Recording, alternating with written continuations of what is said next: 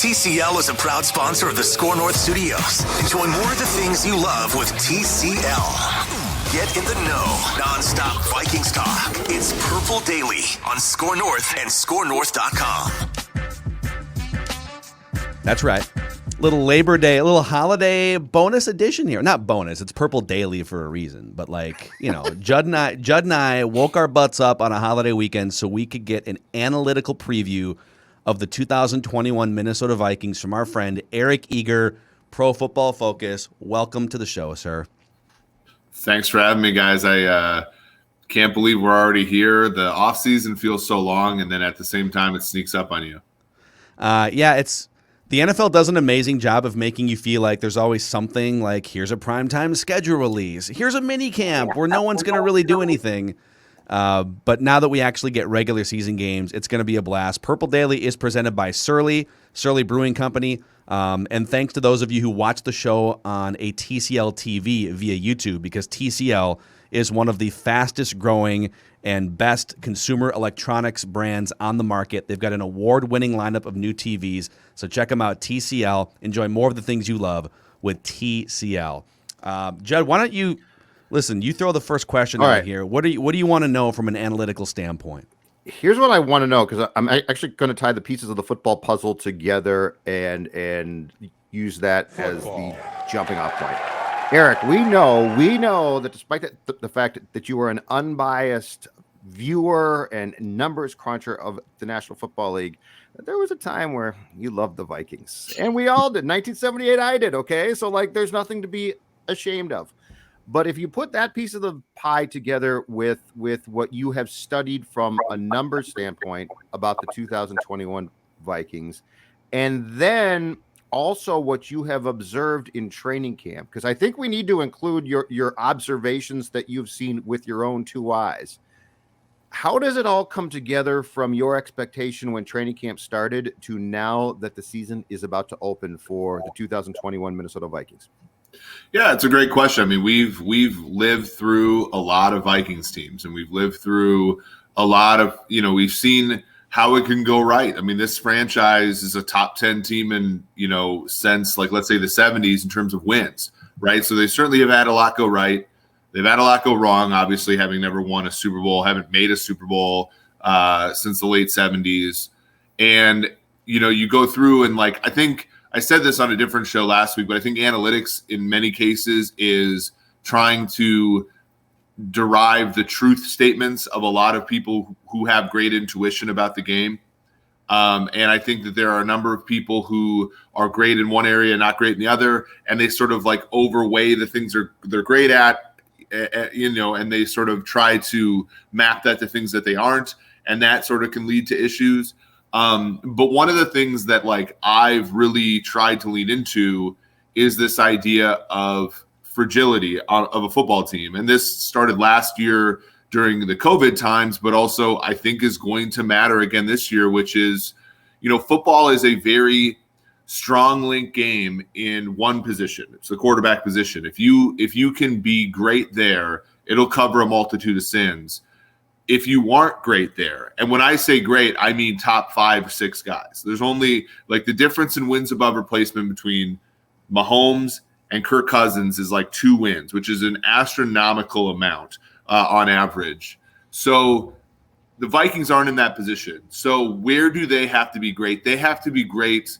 They have to be anti-fragile, right? When everybody else has injuries or COVID or, weaknesses, they have to be able to take part in sort of exploiting those. And last season, they were the mark, right? They had a young secondary. They had 15 draft picks. They had a weak O-line. And these are all systems that are weak link systems, right? No, Brian O'Neill played really well last year. No one cares because Drew Samia, and Garrett Bradbury, they were terrible, right? And a defensive line can choose where it exploits your offensive line, right? Cam Dantzler had decent moments last year. It didn't matter because every other corner that played was terrible along with him. And I come back this season, I think, okay, the Vikings did a pretty good job with the money that they had of getting starting caliber players in some positions, right? Xavier Woods appears to be a good player. They did a good job with Sheldon Richardson. Dalvin Tomlinson, and so forth. But they still have the same fundamental issue, which is that any perturbation to the Vikings team is going to be too much for them to handle and too much for a quarterback of Kirk Cousins' caliber to overcome. And a lot of that is Kirk's doing by how much he takes up, but a lot of that is just the Vikings not understanding this fundamental truth about the game, which is you can have a middling quarterback, but you better have a deep roster. And I think it was your point, Phil, on the show. It's like they've drafted a lot of players. They just suck at it, apparently, over the last 3-4 years. And that's left them in a position this year where, like, if all 22 starters play the whole season, I think they'll be pretty good. But I think the premise there is not going to be held. I think you've just nailed. I mean, everything you just said is also sort of a microcosm of Cousins in that if everything is great around him, if he can run play action, he's one. If you could just run play action for 60 minutes, right?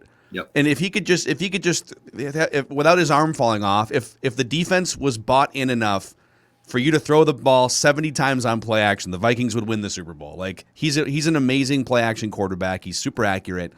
PFF actually has him ranked just overall 10th, 5th, and 15th over the last 3 years.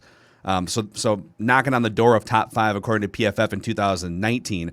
When everything is on schedule, he's really good. But to me, Super Bowls aren't won by creating something that's just on schedule for 5 months. That doesn't exist. It's an unrealistic unicorn expectation. Well, if you can just get him a great offensive line, and if everyone can stay healthy, and if the defense, and when those things start to come crumbling down, when the offensive line isn't great in a game or for a month, or if you can't run play action because it's the last 4 minutes and the defense knows you're going to pass, those are the areas where he starts to crumble himself.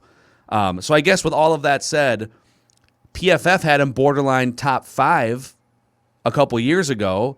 They got him top 10 last year. So what is your overall takeaway, yourself and just on behalf of PFF, of Kirk Cousins?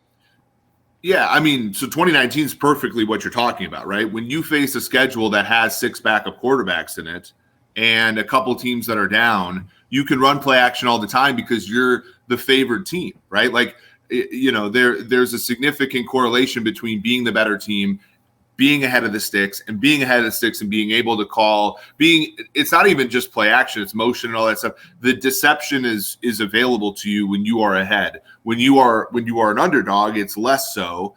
And that's where like the effects of a player like Dalvin Cook is less as well, because you just simply running the football is not a credible threat when you are facing Tom Brady in Tampa Bay. It is a credible threat when you're facing David Blau and the Detroit Lions. So like those things are, I think, tied. And that's why in 19, when you had the favorable circumstance for Cousins, he played well. And that's why like there are a lot of quarterbacks that around the league that people make excuses for. So like Matt Stafford, we'll see him in LA.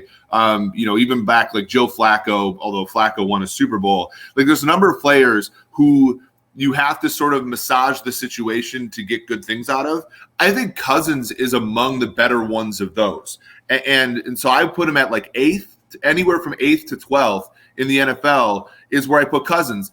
It's backhanded, though, because I don't think that if you make that kind of money, you can win unless you are quarterback 4 or earlier, 5 or earlier. You look last season, wins above replacement per dollar spent. If you look at quarterback, wide receiver, O-line, so all the positions that quarterbacks affect, right? Quarterbacks protect themselves. The quarterbacks make wide receivers better. The 2 top teams in the NFL last season were Green Bay and Tampa. 2 teams that paid their quarterback a decent amount of money, but what did those quarterbacks do? They elevated the play of those around them. They elevated even in situations that were poor. And to your point, Phil, 19 Super Bowl, what happened? Patrick Mahomes was down 10 in the 4th quarter against a defense that was harassing him all day, overcomes that, right? Last season, Tom Brady had to go on the road 3 times just to make the Super Bowl, and then he had to beat the aforementioned Mahomes in the Super Bowl. Like, again, you have to be able to play well when conditions suck for me to sort of like put you in that kind of category where it's, hey, let's pay the guy $45 million and don't even ask a second question. I think Kirk is comfortably out of that group, even though within that group there are quarterbacks you can win with because they're on rookie contracts. So that's kind of like that's the rub the Vikings have put themselves in. So I love this thought too about the fact that you guys take what are biases of probably smart football people and then examine them and say, hey, that's very much true, or it's flawed. On that note, have you guys ever done any type of study or have evidence for first year play callers and things like that? Because my bias there on Clint would be, well, one, he's going to do exactly what Zim wants, which is to run the football. But if you look at this, if you look at the skill position players here, you've got a lot of guys who should have big years, like no question. And I understand that the line might again be an issue, but they've tried there and they're going to have to start Rashad Hill at left tackle. But I'm just curious if there's any evidence of what we can expect from a guy who is going to be calling plays for the first time for an offense that there's this notion that, hey, they might take the gloves off more now. I'm skeptical of that one. Yeah, there's a few reasons to believe that this is not going to work for Minnesota. The main one is, like, when you look at the effect of first-year play callers, usually the positive effects are just regression to the mean because the guy that was before him was not very good. Yeah. And in the case of Minnesota, that has not been the case, right? You had Stefanski, who was a coach of the year the following season after leaving, and then Kubiak's dad, who I thought was very good a season ago. I have this like scheme uniqueness measure, which is basically how much different are you than the rest of the league at things like formations, play action. They were very good there last year. And the hard part is it's hard to push the envelope even further. Like, especially when you are a coach that doesn't have the cachet of a Shanahan, a LaFleur, a McVay, a Reed. Like, you're generally speaking, out of preservation's sake, and we saw this with John DeFilippo in 2018, you're going to revert to the mean of the marketplace in terms of uniqueness. And so I don't see it being good for Minnesota, this change. It's also the fact that, like, he just hasn't called plays, right? So you don't have that intuition that's been built up. Like, Gary Kubiak was a backup quarterback in the NFL calling plays through a headset for 10 years for Denver. Then he was an offensive coordinator. And we're talking about a guy who participated in 7 Super Bowls. And to go from that to a guy who is a college safety and has been, like, the intuition I just don't think is there. And we've seen it before. I have to do the study on this one. But I'm just going based off intuition. Most of the time, like, think about Sarkisian, who's a very good offensive coordinator in his own right. When he took over for Shanahan in Atlanta, he said, I'm not going to change a thing. Well, that's not the greatest idea because, look, Shanahan has his intuition, right? And in a game where, like, tempo and the margins are thin, if you're slow by even a second, it's gonna throw things off. And when you perform in an offense that A, has a quarterback that needs you to be precise, and B, has depth issues. One of the big things I studied after the Super Bowl was how important 3rd, 4th, and 5th targets in the passing game are. The Vikings are not NFL caliber there. Like, I just see those two things sort of being an issue. If Thielen or Jefferson were to be hurt, we've already seen Irv Smith get hurt. Thielen or Jefferson get hurt, like, what happens there? Does Clint have any sort of, offhand there?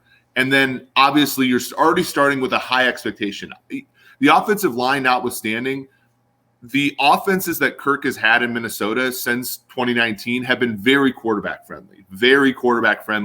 And it's harder to get more quarterback friendly than that, especially when you look at a schedule that has some pretty good opposing quarterbacks on it. Pretty good, like, he's going to be in duels, and it's hard to run 22 personnel and play action when you're dueling with the Russell Wilsons of the world. Yeah, I've got a question about. I have a theory about the offense, and I want to run it by you from an analytical standpoint. But you're going to have to sit here uncomfortably while Judd talks about his underwear for a moment. Judd, give us one word to describe how Chill Boys are making you feel today, my friend. Fantastic, and this is not uncomfortable. This is time. You see, this is the problem. Let's break the stigma. Break the stigma. Eric, I'm going to tell you right now. This is not an uncomfortable endorsement. This is a chance for me to sell you on a lifestyle change. Chill Boys underwear are the most comfortable boxers I've worn. I'm 51, okay? I'm an old guy. Look at the gray in my beard. If you are watching, it's a impressive beard, Judd. Exactly right. I'm an old guy. I've been through a lot. I have worn a lot of different pairs, a lot of different brands of underwear. Seen a lot of underwear in my day. I've never, ever found something as comfortable as Chill Boys, chillboys.com. Eric Eager, I want you to go there today. I want you to order a pair, and I want you to report back the next time you're on with us on how much your life has changed. Yeah. Because I can tell you just from no statistical analytical test, I can tell you just from firsthand knowledge. Chill Boys changes your life. I'm going to pass on the eye test for Judd's boxer briefs, but I can tell you at Chill Boys, they're passionate about one thing, our comfort. Get yours at chillboys.com. Also, a shout out to these Vikings scratch game tickets from the Minnesota Lottery. So they've got a $2 game that can win you up to $15,000, a $5 game that can win you up to $100,000. Also comes in a cool holographic design, as Judd's showing you on the YouTube channel. So even if you lose, it's kind of fun to just have. So check them out. Say, I'm into Viking scratch games from the Minnesota Lottery. Must be 18 or older to play. Football. So what would be I think a perfect, by the way, testimonial to this is you guys have Ventline. You can get testimonials on them if the Vikings get down 14 on Sunday. Yeah. I'm here for that. But we got to get you on Ventline just for like a super level-headed, just lambasting if they wind up losing this game to the Bengals. So, all right, I guess here's my thought. I think the Vikings prevent themselves from maxing out their points outcome on offense because they're so conservative in certain situations where you shouldn't be. And you can go look up, the data backs this up. When it comes to second and short, the Vikings are one of the most run-heavy teams in the NFL. Second and long, so the first play blows up. Oh my God, what are we going to do? The Vikings tend to hand the ball off more often than other teams on second and long.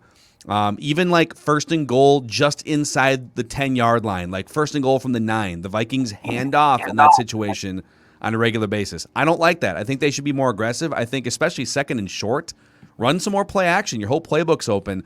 So my theory is, and I quit football in 8th grade, so take my theories with a grain of salt. I think they should swap out some of the runs in some of these situations, 3 per game even, for more chunk shots down the field or just be more aggressive with your passing game. Is that fair? And I guess follow-up question, what is the thing that you think the Vikings should tweak offensively, schematically this season to get them further up than 11th in points where they were last year? No, you're I think 100% right. I think people. So here's the thing about the Vikings under Kirk. In regular season games, they've never been more than a 6.5 point underdog in a game.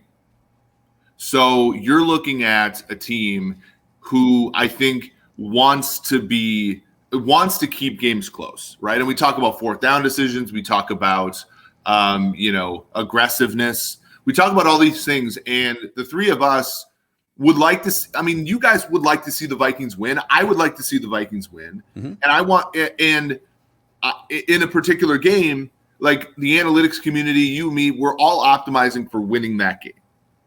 And the hard part to come to grips with is I think that some coaches and some front offices optimize to keep their job the longest versus optimizing to win a game. Yes. And so that means and so you and I, it's not our money, right? So we're there's the Kahneman and Tversky studies where like people are risk averse, and we are very not risk averse with football because it's not our job, And so they're taking negative EV moves to sort of fail with the pack so that they can sort of be respectable. And you look, and this is what tilts me the most about Vikings Twitter. I look and I'm like, everybody's like, 7-9 wasn't so bad last year. I'm like, you're feeding into this a little bit, right? And yeah. So when the Vikings lose a game, let's say they lose to the Seahawks last year. I don't know. This might happen. They get up on the Seahawks last year and they come back and they actually went for a 4th down. So I might be just like talking on both sides of my mouth here, but they lose a game to the Seahawks close. And everybody's like, that was, Russell Wilson's MVP candidate. That's fine.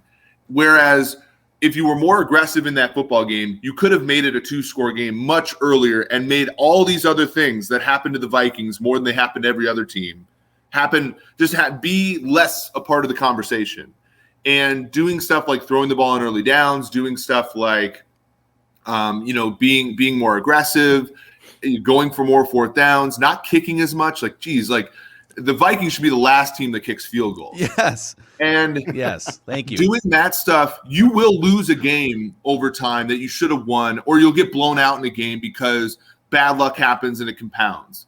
And I think that's what the Vikings are worried about more than they are stealing a game. And this is the thing, how did Kansas City win 66% of their games with Alex Smith at quarterback? They won them because they won like 70% of games decided by 2 scores or more, right? Like Andy Reid was always chided for being terrible in 2-minute situations. And the reason he's a Hall of Fame coach is he avoids them, right? We talk about third down offense. The best third down offense is not to even get to third down. And I think that's part of the issue is like there's this preservation that the Vikings go through by doing negative EV things. It keeps them in the game, but it lowers their win expectancy little by little by little. And we wonder why they're never that team that's able to press the edge, right? It's always that, and you guys talked about this a second ago, like the perfect Kirk Cousins moment doesn't exist, which is you are 13-3 and you have a good quarterback, and middle of the season you're like, God, it'd be nice to have a better one right now. And then you insert Kirk. Like that's not possible, right? Every single season you got to start over, and your chances of running good when you have a quarterback like Kirk is your stack is smaller. And so again, I agree with you. I just think more aggressiveness. The problem is this Vikings team, their goal explicitly and through their actions has been, we want to play meaningful games in December, right? And if you do such a thing, right, you might mess around and play a meaningful game in January every once in a while, like they did in 19. But with that goal in mind, you will never play a meaningful game in February. You will just won't. Like it's just not part of the winning strategy. Wait, I think hold on. So you're just because I think you've hit on something there's a weird crossroads with Vikings fans and media. I think when you bring up, well, the Vikings' goal is to play meaningful games in December, I think people hear that and they're like, yeah, hell yeah, that's awesome. You're saying, no. Don't be thinking about 10 wins. Be thinking about how do you win 13 games so that those December games are actually less meaningful because you're already primed to play games in January. Is that what you're saying? Exactly. And yeah, the slide. And again, a lot of this is backhanded because when you have a Mahomes, you have a Brady, you have a Rodgers, you have a Wilson, even Prescott, I think will eventually get Dallas here. Like it's just easier, but that's the point, right? Like the Vikings explicitly with Kirk want to be in every game. They want to be in every season, but in so doing, you will never have enough slack to not have to worry about the BS that always fails them, right? Like, and that's the point. It's like, and look, the worry they have, and I think it's somewhat rational. I mean, if they go 4-13 this year, they're all fired. So like, I get it. But the worry they have is the worry they have is that they'll play a season that is just a nightmare. Think about like 2013, think about 2011, and like no one's going to pay attention to them. They're not relevant, and that. But like I don't know, like those seasons get you the great quarterback that could eventually get you to that point. Otherwise, you have to do something bold like the Chiefs did and trade basically a humongous part of your draft to get a quarterback, and they're unwilling to do that too because of the bust rate. For to the very same point about not wanting to throw deep on second down, the bust rate scares them, even though they're not pricing in properly the likelihood and the payoffs, and that's more important, the payoff of being more aggressive. I think the problem is this, and it's been the Wolves' goal since they walked in the door. And originally I liked it, but it's also counterproductive now at times. Their goal is to always be good. And in their world, they thought, well, once in a while, like the Giants will pop up and win a Super Bowl. That doesn't come close to happening. But the problem is now they're stuck in the cycle of let's just always be good. Let's always be good. So when they got off to a terrible start last year, nobody says, okay, this is a great chance to throw in the damn towel and get a great draft pick. They're like, no. How do we change this? The second thing is, and this would be a really interesting long-term piece to work on, but Kirk Cousins is proof of the fact that when you take the payday and not the right team and right coach as a quarterback, it can cost you. And Kirk Cousins is, for all he's good, for all he does well, The problem is the juxtaposition is he is the worst head coach possible or among them to coach him because he doesn't really care. I mean, Mike's life is built on defense, and Kirk needs a person. And I mean, I think this is true of Kirk in life, to hold his hand. And when he does, he's actually good, which is why all the conditional talk is always true. When the conditions are great, Kirk's great. He doesn't have a coach who's really all that invested in saying, how do we make those conditions great? I mean, the Kansas City Chiefs go out and get smoked in the Super Bowl with Patrick Mahomes. And what do they say? We got to go out and get what we did to him. Offensive line was malpractice. We're going to go redo. Who needs an offensive line more, gentlemen? Pat Mahomes or Kirk Cousins? Yeah, but I will say this, like it is tough with Kirk and I don't want to like cast aspersions on Kirk as a guy, but Kirk makes more than Mahomes does. And like part of the Mahomes thing is I give my team flexibility. And I thought the Orlando Brown trade was negative EV, but it was paying back some of the EV they got from the Mahomes deal, right? Spending $16 million APY on a guard is a bad deal. But again, you're paying back Mahomes. It's why Pat is never going to turn out like Aaron Rodgers and be pissed off that he's in some small market and they don't support him. They know like it's a good setup, right? He's got the deal that's long-term, highest paid in football, respect, got all the endorsements in the world, and a team that's going to be like, yes, sir, 3 bags full every single time they go with him. With Mike and Kirk, it's, okay, we paid this quarterback who I don't really like that much. I mean, I'm not making guesses. It's pretty clear the guy doesn't like Kirk. Mm-hmm. We're paying this quarterback I don't like that much a ton of money. And so why should I help him? Why should I have to? He's making a lot of money. And that was the DeFilippo thing. The DeFilippo offense was not quarterback friendly. It was star quarterback enhancing. They thought they had a star and they played the 3 wide receivers, distribute the ball offense, and it didn't work. And then in 19, they went backwards to make the offense more efficient, for Kirk, which to Phil's point, lowered the ceiling and rose the floor. And when the objective function became make this signing look good, they were able to achieve it for half of Vikings Twitter, basically. But it came at the expense of actually winning. And I do think that makes Mike a little pissed. Like, I think it makes Mike irritated. And so, like, it's this give and take that was not functional to begin with. And to your point, Judd, like, there aren't that many quarterbacks to do this. Breeze was injured, right? Like, that was why he signed. Manning was also injured. I mean, Kirk's probably the last big name free agent quarterback signing since like Elvis Gerback. Like, this doesn't happen very much. And they're almost all like Scott Mitchell. They're almost all a failure.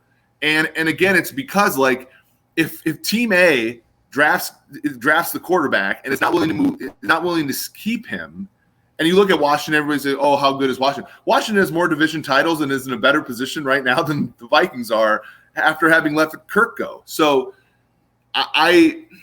it's tough. It was just never going to work, I don't think. I mean, they could obviously, do well this season. That's certainly possible. But in my opinion, it was just never going to work because it never does work. And you're not the exception to the rule. You are the rule. And these were tensions that were always going to be there. Eric Eager, Pro Football Focus, an analytical view of the 2021 Vikings. Just last thing for you real quick. Does your gut and your mind tell you that this team will be playing playoff games or no? I have them currently. So right now their win total is 9 on the betting market. They are plus 145 to make the playoffs. I have them 7.8 wins. If you go to pff.com, we have a tool that does the simulation after every week. I have them with a 35% chance to make the playoffs, a 16% chance to win the division, and a 1% chance to win the Super Bowl. So as Judd talked about, it's the perfect birthday problem, right? The whole thing where if you're in a room of 23 people or more, there's a more than 50% chance 2 people share a birthday, but it's extremely low chance it's your birthday. Every so often, some team is going to win the Super Bowl in a weird way. the chances that the Vikings win the Super Bowl in a weird way, extremely small. Yeah. Eric, great stuff, man. Anyone who isn't already checking out the daily amazing work on PFF.com, if you're a football nerd like us, go check it out, and we'll talk to you soon, man. All right. Thank you. Take care, guys. Enjoy week 1. Yep, loving it. Yeah. Loving it. Oh, yeah. Daily Vikings entertainment here on Purple Daily. So, Judd, before we get to Surly, You Must Be Furious, some really interesting takeaways. I know there's a lot of people that are just going to sit and say, well, he's just being negative. Like, he's just, the classic Purple Daily, Mackey and Judd and Eric being negative on the Vikings. Now, I prefer to look at it as this was an objective, analytical view of what has been Eric's favorite team throughout his life, and now he's working for this big football analytics company. And people outside of Vikingsville look at this team, again, as a borderline playoff team that has to have a lot of things go perfectly for it to contend on a higher level. Certainly for them to win the 13 or 14 games necessary to play a bunch of home playoff games, a lot of things would have to go right. And that's just kind of how it always feels. Like, is it terrible? No. Would you rather be a fan of that than the Jets year after year? Absolutely. But the mission statement here is we want the Vikings to win the Super Bowl before we die. And so I don't think we should be afraid to hold this team to high standards and, not celebrate a borderline playoff appearance. Let's go above and beyond that, Vikings. It's been 60 years. Right. And the thing is, too, is that Eric brings a lot of common sense to the table as well, and the discussion that we might even lack at times. But I mean, there's a lot of things there that you look at and say, for PFF, which does a ton of work, you say to yourself, okay, what does the work show you? And that's why I think, for instance, the Clint Kubiak conversation is so intriguing. Like, you are putting a young guy who's never called plays and certainly is not his dad. You are putting him into a position of, okay, now you're calling plays. You're 34. You've got a boss who has very big opinions about offense, but doesn't really like to run it. And I don't think he's got a sounding board. And so I take that just thought process in my mind, Phil, and I put that with a guy, from PFF who has crunched this for a long time and said, what do first-year coordinators go through? It's interesting. I hope it's wrong. I hope Clint Kubiak's great, and I hope this turns into the 98 high-flying Justin Jefferson playing the role of Moss Vikings. But it's something that can't be ignored. I mean, if you truly are invested in this team and care, and it's not just a diversion for you on Sundays, that's the type of thing that you have to think through and say, okay, what do the analytics mixed with the eye test and assumptions say? Yeah. We'll start. Well, this is the best part. We start to find out in less than a week. Now we're leading up to week 1, and all the things we've been talking about and speculating on throughout the entire offseason are going to come to fruition one way or the other. All right. Every Monday, Judd cracks a surly. And tells us many cracked this weekend what he's furious about. This is a time for Judd to vent. Surly Judd, you must be furious. Yes, I am, because week 1 of the National Football League season is quickly approaching. It's basically upon us. And here's what I'm furious about. Okay. And this is not to pick on the Vikings or any one team, but it is to pick on something that we all can rally around, no matter what our politics are, and be furious about. And that is COVID. It's already started. Dallas, since I believe it was August 21st, has had 9 players on the COVID list. Okay. They are going to be without Zach Martin, their Pro Bowl guard, on Thursday night. By the way, he's vaxxed. He has it. Okay. And if you have it, you can't play. And football, as we all know, is a very difficult, thankless sport. Guys are hurt constantly. We've seen it. Irv Smith is gone. He's not going to play. And now we're going to introduce this week by week who has COVID. And I'm not pointing fingers or blaming. I'm just saying it's the reality that we hoped would be gone by now as far as being a regular thing. And it does not appear that way. And that makes me furious, because injuries already drag certain games down, right? Like, guys are out, and now it's not going to be the game that we expected because there are star players potentially out, or really good players. And now we're going to have to, and this league's made it very clear, they ain't moving games, they ain't canceling games, they're going to play games. Now we're going to have this week by week injury report. Got a bad toe, got a bad ankle, got a bad knee, and COVID report. And it makes me furious that we are going to have to, again, for a second consecutive year, go through this. And once again, I'm not trying to point to politics, religion. I think we all can band together and say, as football fans, this sucks. I'm sick of it all. I mean, it's been a year and a half. It is, the fact that it's still part of our football and daily existence is annoying. And so hopefully it doesn't derail the season. Hopefully the star quarterbacks aren't sidelined on a regular basis. So we'll see.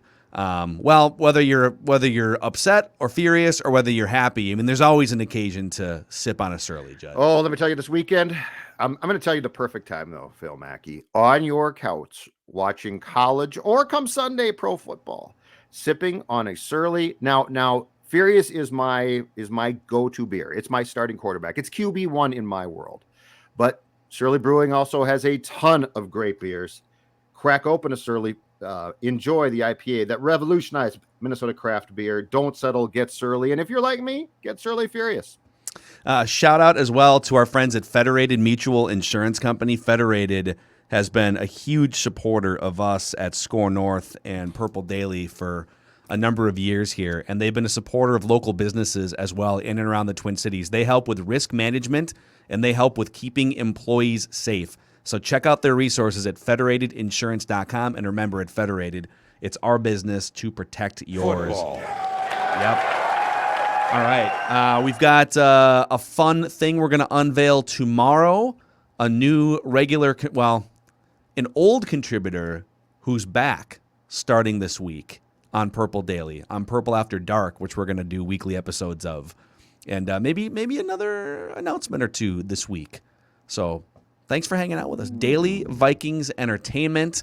We are the place. If you want the Vikings to win a Super Bowl before you die as well, then you should hop on board, hop on this bandwagon, and click that subscribe button on the Purple Daily YouTube channel, and we will catch you guys tomorrow.